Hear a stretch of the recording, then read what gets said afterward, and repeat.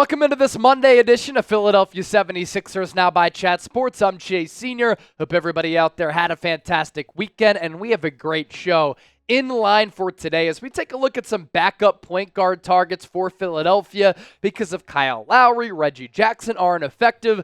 Could Philadelphia trade for a backup point guard? Let's first segue to this, our September sub-battle. Which NBA channel under the Chat Sports umbrella can pick up the most subscribers in the month of September? As you can see, we here on 76ers Now in third place, but we can change that with this video. Hit that sub button for year-round coverage of the 1, 2, 3, 4, 5 Sixers. Now, while we're talking about the backup point guard spot for Philadelphia, Kyle Lowry is 38 years old. Reggie Jackson is 34 years old. So there is a world where either both of those point guards struggle, they're not nearly as effective, and Philadelphia decides to look for an upgrade. So with that, we flip the page to some point guard trade targets. And let's start off with Dennis Schroder of the Brooklyn Nets. By now, if you watch basketball, you're very familiar with Dennis Schroder's game. He's made a lot of stops throughout his NBA career, played for Team Germany in the Olympics in 2023-2024. Numbers were pretty solid, 14 points per game, 6 assists. The shooting numbers, he's never been the most efficient player, but I do have to give credit where credit is due because in 2023-2024, his three-point numbers were much improved, and that has never been a strength throughout his NBA career, especially when you look at his numbers in the last 4 years from beyond the arc. He was sub 34%, sub 33% in those previous 3 years, and then last year, those numbers went up to 37.5%. So if he could add that to his game, it would be huge for him as he gets older. And he played last year for Brooklyn and Toronto. I also liked what I saw from a distribution standpoint because his assist numbers were the highest that they've been since going back to the 2020-2021 season. He is definitely a well-respected vet. Nets players and coaches have raved about his leadership, his competitive nature. He's an extension of the coach on the court. Some people, when he was with the Lakers, didn't really love him all that much. There was some chatter about that, but that's a good sign for him that his Nets teammates really did value him. Cole Anthony, very interesting player coming in at number 2. He's on a Magic team that all of a sudden over the last couple of years has added a lot of depth to their team. Anthony has started some games throughout his NBA career. Now he's primarily a reserve. He's not really going to give you much in the form of being a shutdown defender, but he can really get buckets. He can play a little bit on ball, off ball, like with Schroder throughout his career 4 years in. He's definitely been spotty from downtown. He's the son of Greg Anthony, former NBA player and current NBA analyst. Last year in 81 games played for the Magic, 11.5 points. He's not really going to distribute the basketball all that much, although in 2021-22, he did average nearly 6 assists, and those three-point numbers, you'd like them to be a little bit higher, but you've seen some growth definitely in his game. Last year, though, was the lowest minutes per game mark of his career because of the depth that the Magic have added to that roster in general, and then the emergence of Jalen Suggs. Jalen Suggs last year definitely had the best year of his career after his career coming out of Gonzaga. Got off to a little bit of a rocky start, but Orlando just has a bevy of other guards. Not a great defender, as I threw out there a little bit earlier. Not a great outside shooter, but he can really explode offensively on any given night, and definitely more so as compared to a Kyle Lowry and a Reggie Jackson at this point of their respective careers. Couple more players to get to, but first, I do want to tell you about today's sponsor.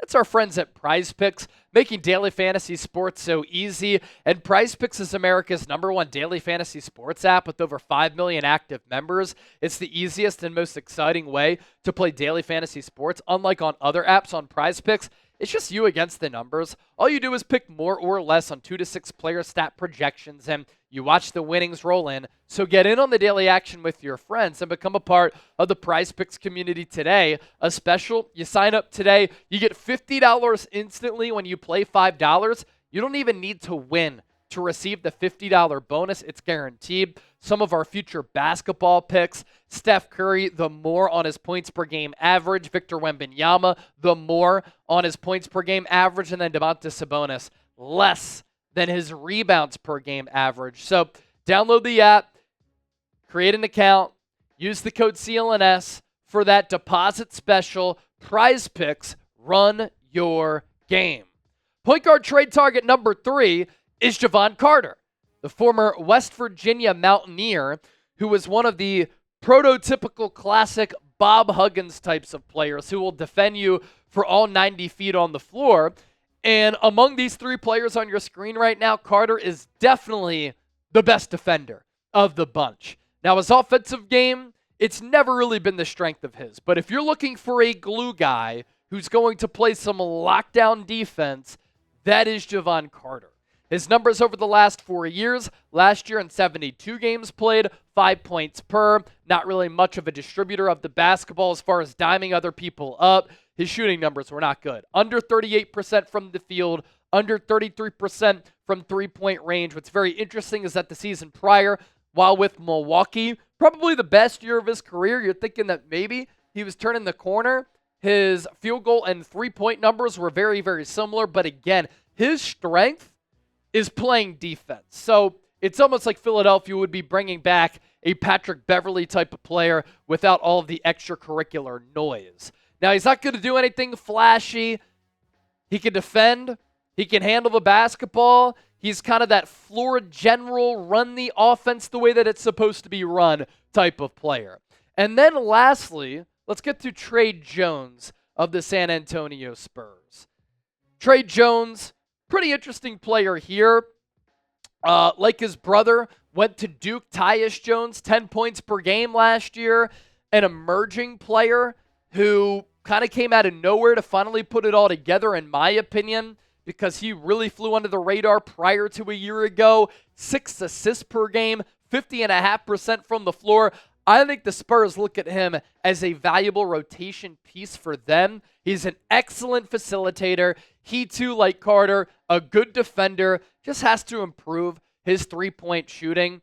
And when I said he kind of came out of nowhere, like, the numbers don't lie. It was definitely the best year of his career last year from an all-around standpoint. I know you might look at the numbers from 2022, 2023 and say, well, Chase, he averaged 13 points per, 6.5 assists. Yeah, but look at the field goal numbers and the three-point numbers. I thought he dramatically improved in those areas last year in more games played. And of note, the Spurs did bring in Chris Paul this offseason, and they drafted Stephon Castle out of UConn. So maybe a little bit of a logjam in that backcourt for San Antonio here. So with that, let's bring on producer Chip. A couple of point guard trade targets that Philadelphia could pinpoint here. What stands out to you? What players do you like on that list?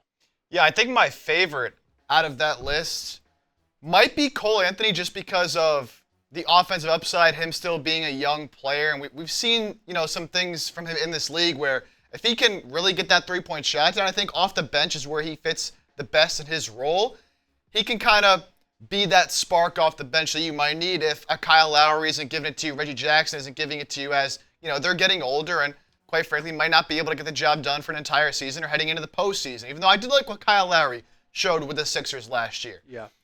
Dennis Schroder would probably be my second option there, just because as that well-respected veteran, he's going to have your guys in the right spot. He can still go off the dribble a little bit, and he's shown improvement as a three-point shooter.